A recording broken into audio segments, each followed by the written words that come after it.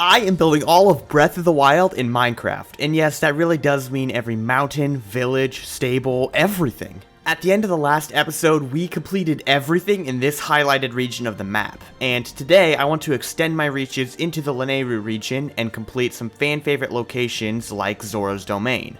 And yes, that includes Vah Ruta, which will be the first Divine Beast we have completed in this series. First, I plan to move out east from Kakariko Village, completing Lanayru Promenade and Mount Lanayru, and Nadra the Dragon might be waiting atop the frozen peak. Then I want to head back west to finish up the Lanayru Wetlands and the Lanayru Tower, of course, before building our way up the road to Zora's Domain. We will complete the domain and its surrounding region and finish off with Divine Beast Vah Ruta. Literally hundreds of hours of work was put into this episode alone, and not just by me, but you'll see about that later. So I really hope our hard work has paid off and that you guys can enjoy this episode of Breath of the Wild in Minecraft. Just east of Kakariko Village on the way to Mount Lanayru is Lanayru Promenade, a massive valley with large stone structures that time has not treated well. This was first up on the to-do list. Entering into the valley, I began to build up the first structures that would be in the promenade. The stone in this region was a lot lighter than any of the other structures that I encountered thus far in the project. I settled on a block palette of mostly sandstone, but also with a bit of endstone and other lighter blocks sprinkled throughout. I built up the first few towers and this large structure which would be copied and pasted all around the valley, before getting to work on the path that led through the promenade.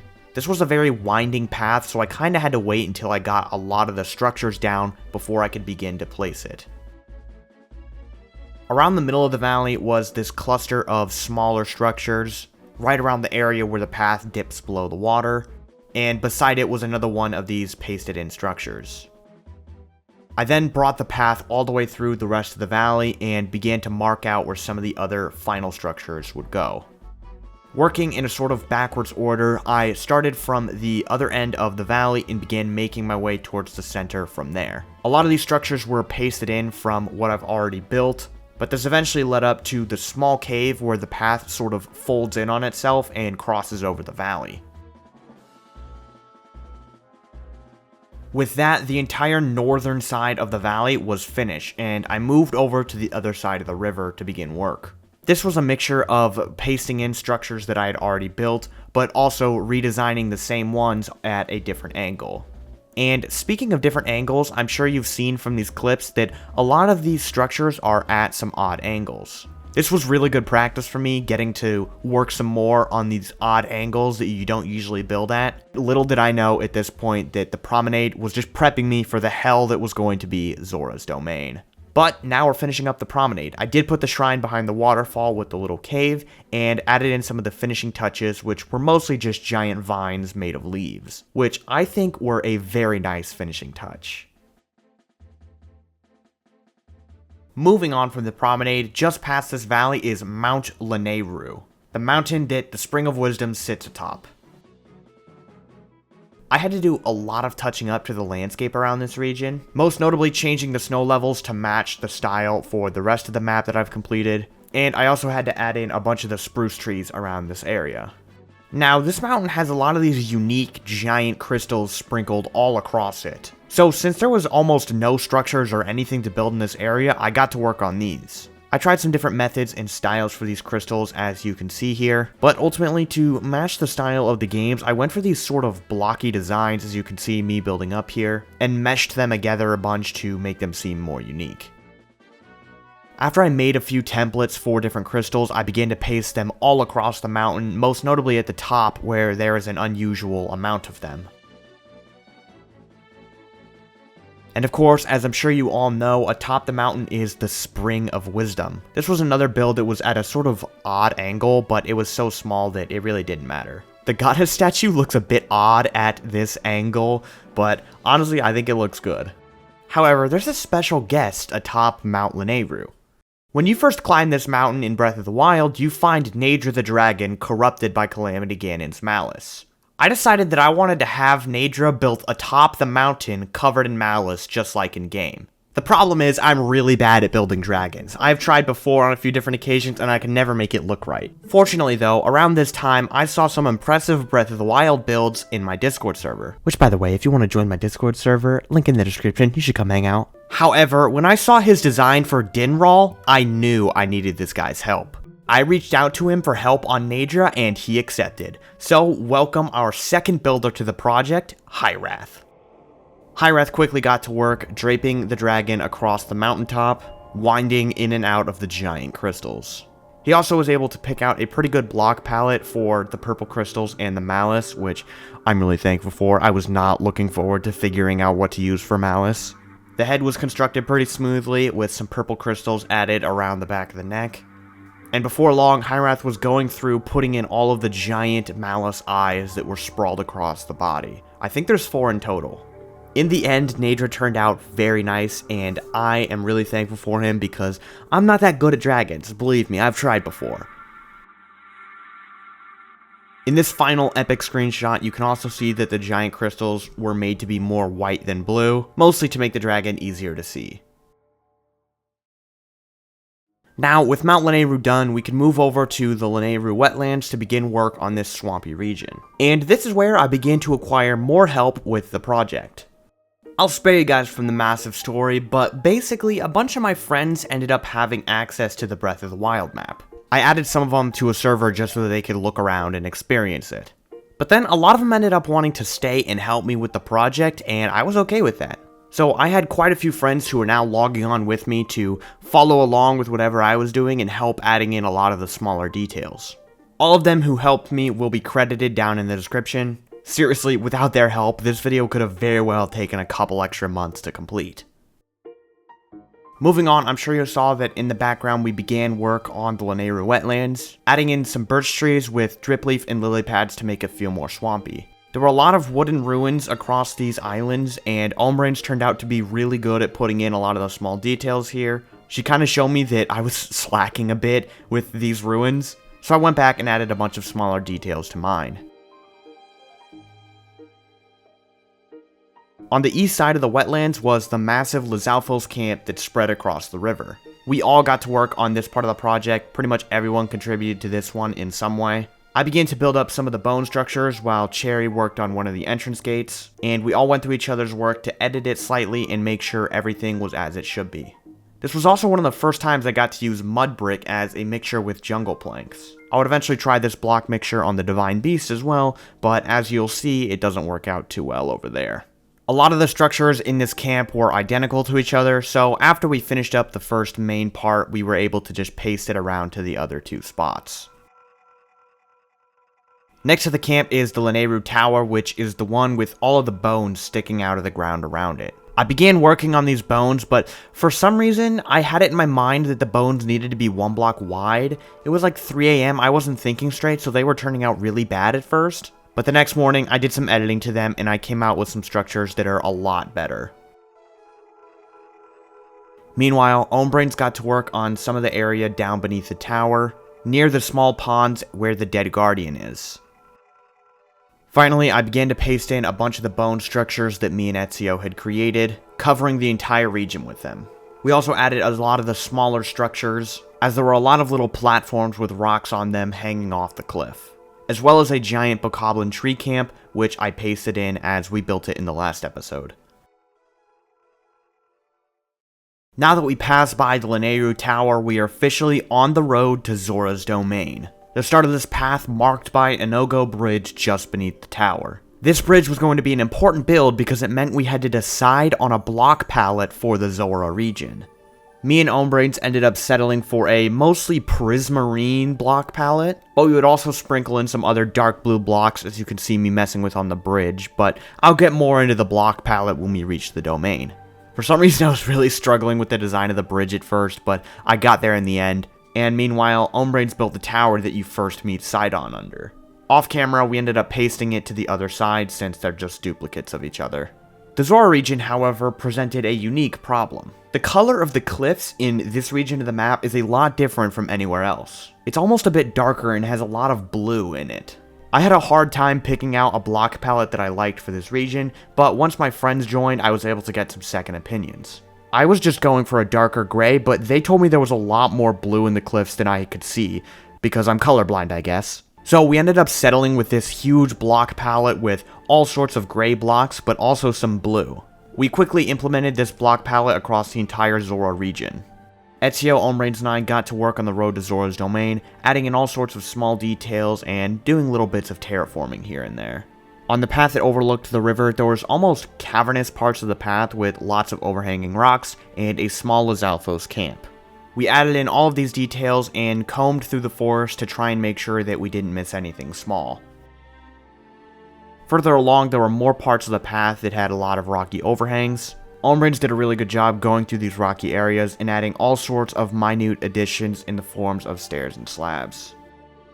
Further along, we come to another bridge, which was the same design as the one we had built previously, so we just had to paste it in, but we ended up having to change a little bit to accommodate the different angle.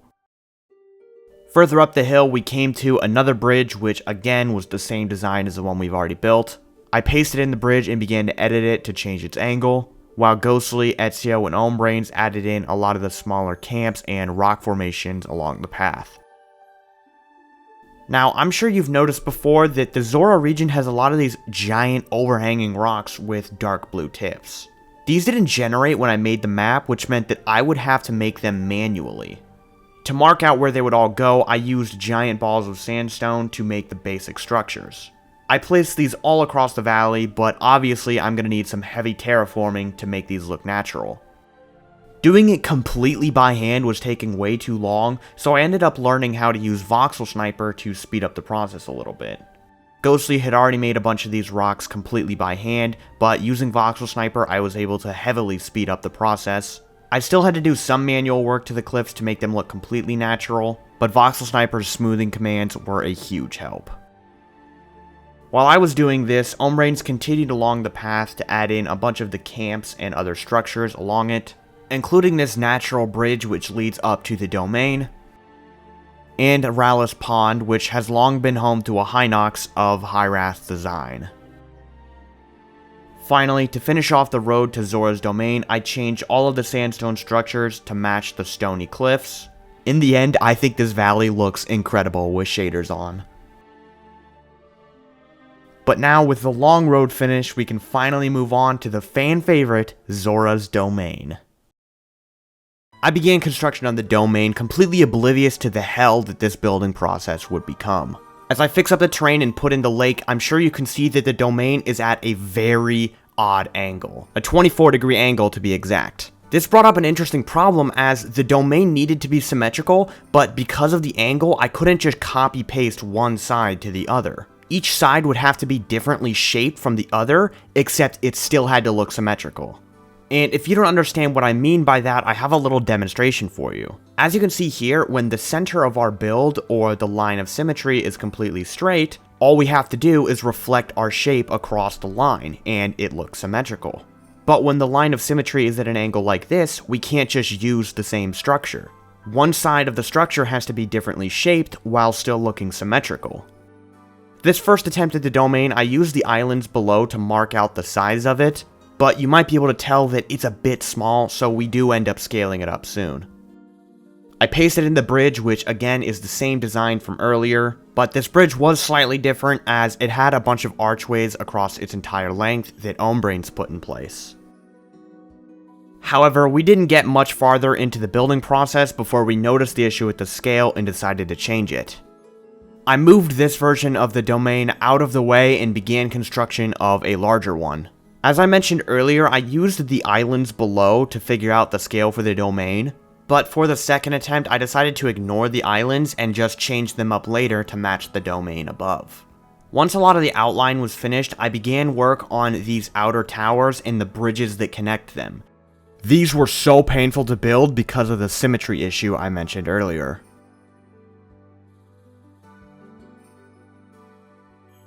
We continued to structure the domain, finishing up the little platform that the entrance bridge connects to, and crafting completed bridges along the squiggly lines. As we kept adding to the domain, you can start to see the block palette that we chose more in depth. We chose a lot of prismarine and dark blue blocks with a splash of quartz as well. It's not all entirely accurate to the color of the domain, but prismarine was definitely the right choice, I think, since the prismarine blocks were designed for ocean monuments anyways.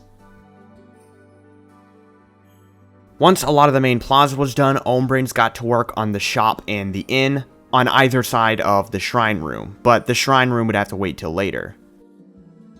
Ombrains finished up the inn first on the left side of the domain, before moving over to the right where the main shop was.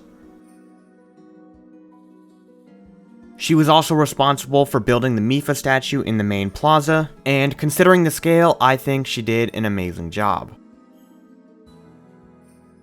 Meanwhile, I was working up above on the king's throne room. This single building on its own took up most of the time working on the domain, especially considering I had to restart it on a couple different occasions.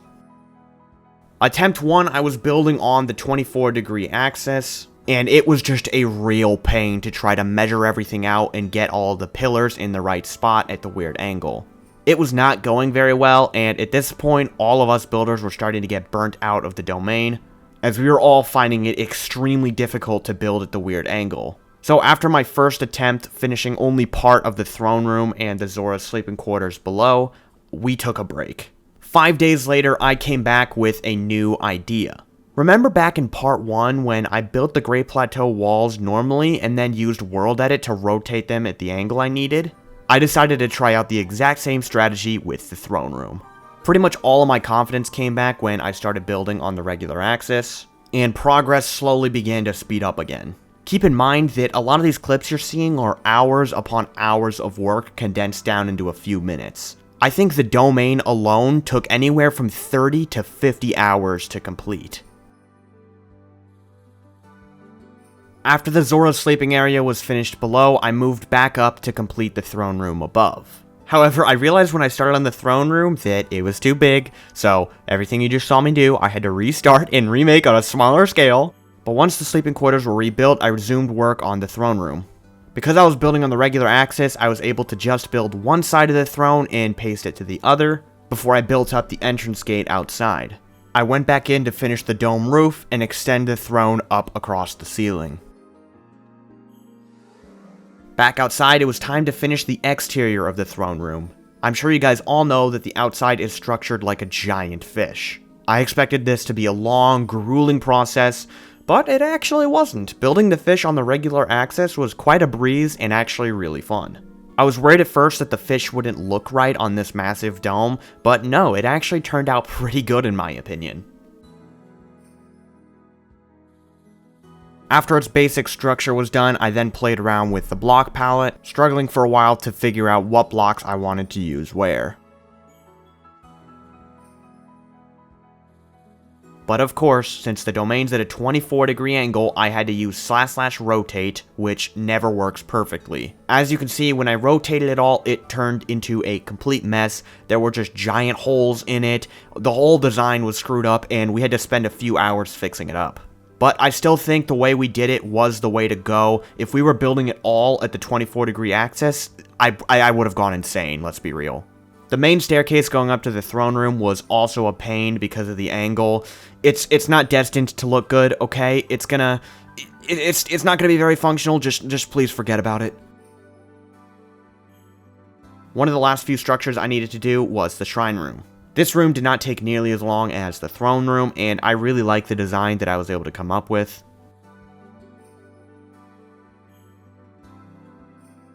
Back outside, there were a couple towers remaining on either side of the throne room, with large bridges that connected back to the mainland behind the domain. And I really gotta thank the game designers who worked on this part of the map, because you bet these bridges were the exact same design that I already built earlier. Finally, I went back down underneath the domain to connect it up to the land below, as Ezio had already terraformed the islands to properly connect up. Last but certainly not least, I began to work on the massive outer circle that surrounds the domain. This final part of the building process is what brought the whole thing together and made it look 20 times more amazing. At first, I kinda struggled to get some of the proper designs down, but eventually I found something that I liked and settled on it, before I began to gently curve it to make the circle formation. I only had to build an eighth of the circle since I could just use that and copy and paste it all around the rest. And finally, to end off this very painful part of the project, I did just that and began to paste it all around the circle, making for one of my favorite builds I've ever worked on, period.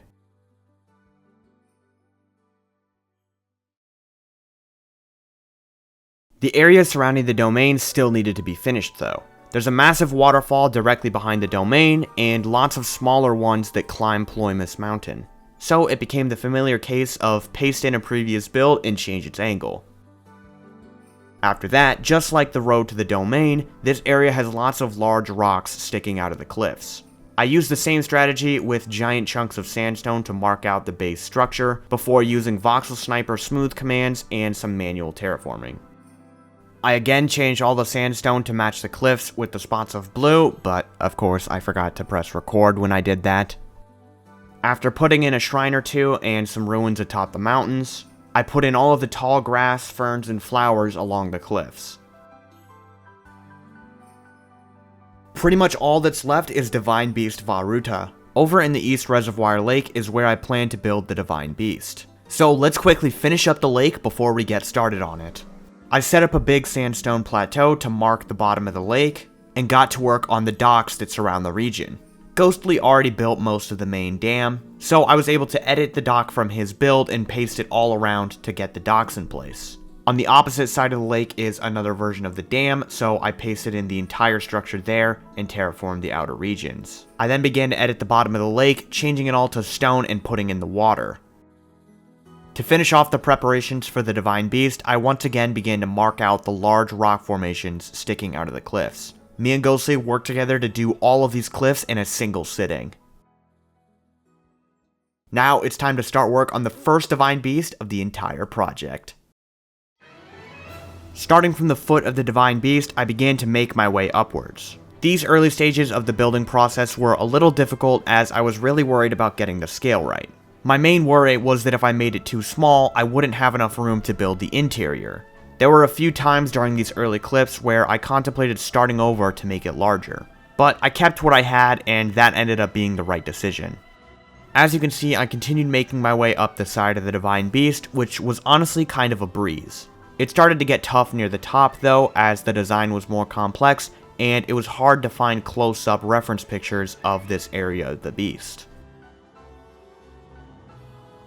Nevertheless, I made it work and moved over to the back, where I built a large circular room with a dome-like roof. Back around on the front side, I began to lay out the head, which proved to be the first truly difficult part of the build. After a couple attempts, I decided to make the head more spherical, planning to properly edit the shape of it as I went.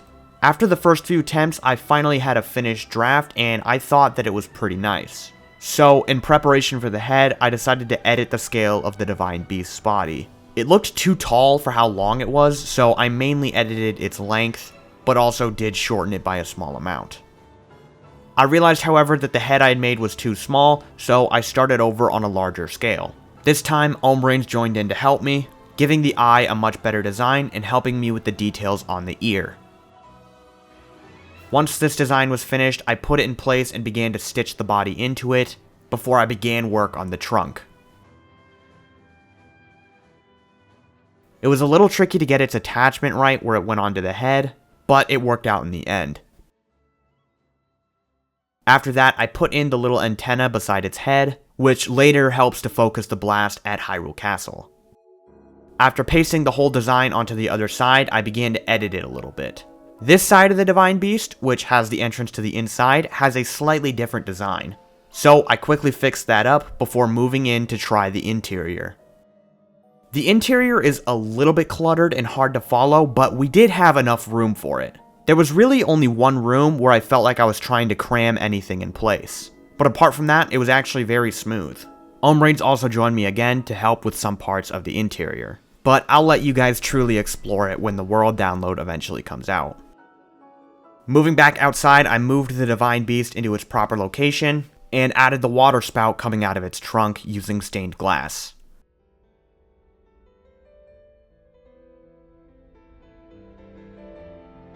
And with that, Divine Beast Vah Ruta is finished.